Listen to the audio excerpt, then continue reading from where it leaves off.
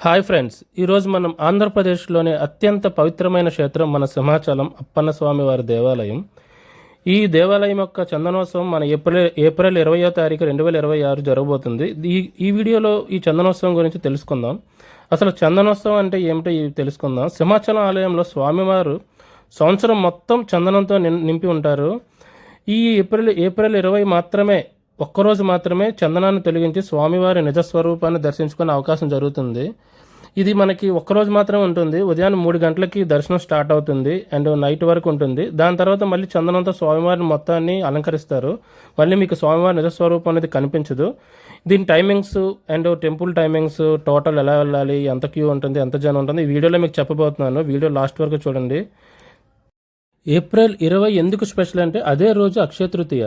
ఆ రోజు చేసిన పుణ్యానికి అంతం ఉండదని హిందువులు నమ్ముతారు. అందుకే సింహాచలంలో కూడా అదే రోజు స్వామివారి నిజస్వరూప దర్శనం అనేది మనకిస్తారు. అసలు టికెట్స్ ఫ్రీ దర్శనం కూడా ఉంటుందండి. ఫ్రీ దర్శనానికి ఖచ్చితంగా మీకు ఒక 10 అవర్స్ అనేది పడుతుంది. అండ్ 300 రూపీస్ దర్శనం ఉంటుంది, అండ్ 1000 రూపీస్ దర్శనం ఉంటుంది, అండ్ 1500 రూపీస్ దర్శనం ఉంటుంది. ఇది ఆన్లైన్లో దొరుకుతుంది అండ్ ఆఫ్లైన్లో కూడా దొరుకుతాయి అక్కడ టికెట్స్. కానీ చాలా రష్ ఉంటుందండి. ఆ రోజు 2 lakhs మంది దర్శనం చేసుకున్న అవకాశాన్ని కలిగిస్తారు. కేవలం 12 గంటలు మాత్రమే మీకు ఆ నిజస్వరూపాన్ని దర్శనం ఉంటుంది. ఉదయాన్నే 3 గంటలకి స్వామివారికి అభిషేకం చేసి 4 గంటల నుంచి దర్శనం ప్రారంభమవుతుందండి ఆ రోజు సింహాచలంలో. చాలామంది విఐపి క్యాండిడేట్స్ కూడా అక్కడికి వస్తారు అండ్ దర్శనం మధ్యలో బ్రేక్స్ కూడా ఉంటూ ఉంటాయి. చాలా క్రౌడ్ ఉంటుంది. ముందే దానికి ప్రిపేర్ అయ్యి వెళ్ళండి ఆ రోజు దర్శనం చేసుకోవడానికి. మీరు దర్శనంకి వెళ్ళాలంటే తెల్లవారుజామునే వెళ్ళండి అండ్ ఫుడ్, నీళ్లు మీతో క్యారీ చేయండి. చాలా పెద్ద క్యూ ఉంటుంది, చాలా గంటలు పడుతుంది ఖచ్చితంగా. అండ్ ప్రైవేట్ వాహనాలను కొండమీదకి అలౌ చేయరు, కిందే అంతా కూడా పార్క్ చేయాలి. అండ్ గవర్నమెంట్ బస్సులన్నీ మీకు ఎలా ఉంటుందండి, పైకి మీకు గవర్నమెంట్ బస్సులో రావచ్చు. అండ్ కుటుంబాలతో వెళ్తే కొంచెం జాగ్రత్తగా వెళ్ళండి, క్రౌడ్ అనేది ఎక్కువగా ఉంటుంది, దానికోసం చెప్తున్నాను. మ్యాక్స్ మీకు లైన్ అయితే ఈజీగా ఒక 5 కిలోమీటర్స్ 6 కిలోమీటర్స్ లైన్ అనేది ఖచ్చితంగా ఉంటుంది. మీరు ఉదయాన్నే వెళ్తే కొద్దిగా ఎండ తక్కువగా ఉండడం వల్ల మీరు దర్శనం చేసుకోవడానికి కొద్దిగా బాగుంటుంది.